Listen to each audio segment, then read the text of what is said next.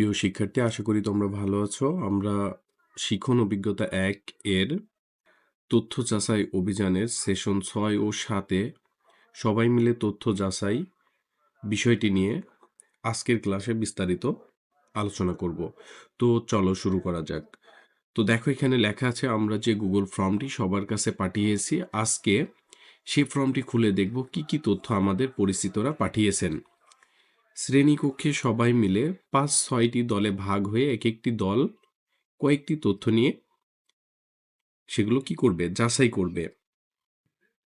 আমরা গত ক্লাসে দেখছি কিভাবে একটা গুগল ফর্ম তৈরি করে আমরা তথ্য কালেক্ট করতে পারি। তো আজকের ক্লাসেও আমরা প্র্যাকটিক্যালি এই টপিকসটা আমি তোমাদেরকে দেখিয়ে দিচ্ছি। তো দেখো, আমাদের পাঠ্য বইয়ে যে চিত্র দুইটা আছে, চিত্র 1.28 আছে, তথ্যগুলো স্প্রেডশিট দেখানোর জন্য ভিউ ইন শিটে ক্লিক করতে হবে এবং ভিউ ইন শিটে ক্লিক করার পরে আমাদের তথ্যগুলো কেমন দেখাবে স্প্রেডশিটে সেটা এখানে চিত্রতে দেয়া আছে। তো আমরা এটা প্র্যাকটিক্যালি দেখব যে আমরা এটা কিভাবে দেখতে পারি। তো পরবর্তীতে দেখো কি আছে, ফর্মটি দেখতে অনেকটা এরকম হবে। ফর্মে রেসপন্সে ক্লিক করলে আমাদের কাছে কে কি প্রশ্ন পাঠিয়েছে সেগুলো আমরা দেখতে পাবো। আমরা গুগল ফর্মেই একটি ফর্মে দেখতে পারবো, কিন্তু কাজের সুবিধার্থে আমরা অন্যদের কাছ থেকে আসা তথ্যগুলো একটি স্প্রেডশিটে ওপেন করব। তো স্প্রেডশিটে ওপেন করার জন্য ভিউ ইন শিট, দেখো এখানে মার্ক করা আছে ভিউ ইন শিট, এখানে ক্লিক করব। ক্লিক করলে আমাদের এইরকম একটা স্প্রেডশিটে সেই তথ্যগুলো এখানে শো করবে, যে তথ্যগুলো আমরা বিভিন্ন পরিচিত মানুষদের কাছ থেকে গুগল ফর্মের সাহায্যে কালেক্ট করছি।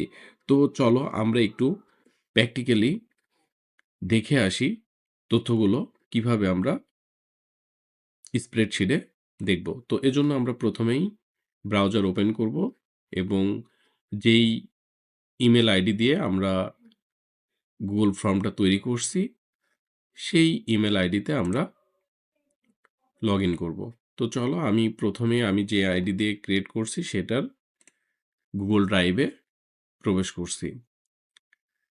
তো গুগল ড্রাইভে আসার পরে আমরা এখান থেকে দেখব হচ্ছে, আমি যে মাই ড্রাইভে ক্লিক করছি, মাই ড্রাইভে ক্লিক করার পরে আমি একটা হচ্ছে ফোল্ডার ক্রিয়েট করছিলাম ফর্ম নামে। এই ফর্মের মধ্যেই আমার সেই গুগল শিটটি রয়েছে। দেখো, আমি এখানে একটা গুগল শিট ক্রিয়েট করছিলাম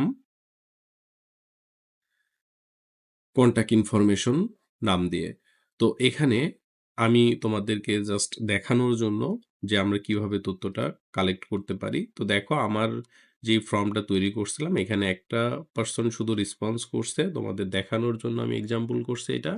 তো আমরা কি করব, দেখো এই যে রেসপন্সে ক্লিক করব।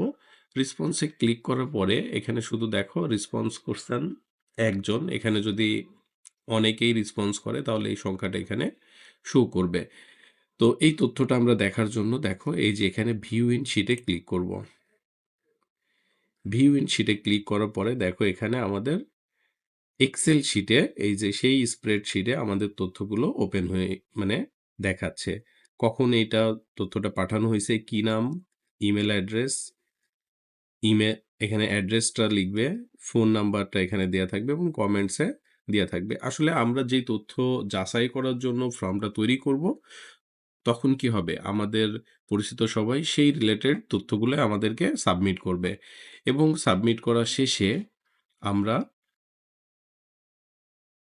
তথ্যগুলো যাচাই করতে পারবো। তো দেখো, আমাদের পাঠ্য বইয়ে যে 1.29-এ যেই চিত্রটি আছে এখানে সেই তথ্যগুলো দেখাচ্ছে। তো আমরা ফর্মটা যেভাবে তৈরি করব তথ্যগুলো আমাদের সামনে সেভাবেই উপস্থাপন হবে।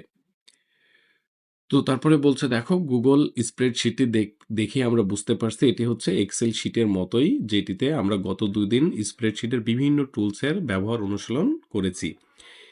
এই শিটের সর্বডানে আমরা আরেকটি কলাম প্রাপ্ত তথ্যটি কি সঠিক তথ্য, অনিচ্ছাকৃত ভুল মিস ইনফরমেশন, ভুল তথ্য ডিসইনফরমেশন নাকি অপতথ্য ম্যাল ইনফরমেশন তা উল্লেখ করব।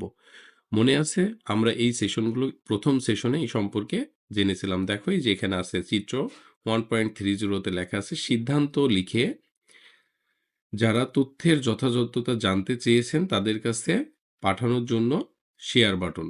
এই যে এখানে আমরা এই তথ্য যাদের কাছে যে জানতে চাইছে যে এই তথ্যটা সঠিক না ভুল, আমরা এটা যাচাই করে আমরা কি করব? এই শেয়ার অপশনে ক্লিক করলে তথ্যটা তাদের কাছে আমরা শেয়ার করে দেখাই দিতে পারবো। এই যে আমরা আবারও এখানে আসলাম, আসার পরে ধরো এই তথ্যটা আমরা যাচাই করলাম, করে এখানে লিখে দিলাম যে এটা মিস ইনফরমেশন। তো এখানে লেখো মিস ইনফরমেশন লিখলাম। লেখার পরে ধরো আমি এটাকে এখন শেয়ার করে দিব। তো এই দেখো এটা শেয়ার করার জন্য এই যে শেয়ার অপশনে ক্লিক করলে তুমি কার কাছে পাঠাইতে চাচ্ছ এখানে মেল অ্যাড্রেস দিয়ে ডান করে দিবা, তথ্যটা তার সাথে কি হবে? শেয়ার হয়ে যাবে।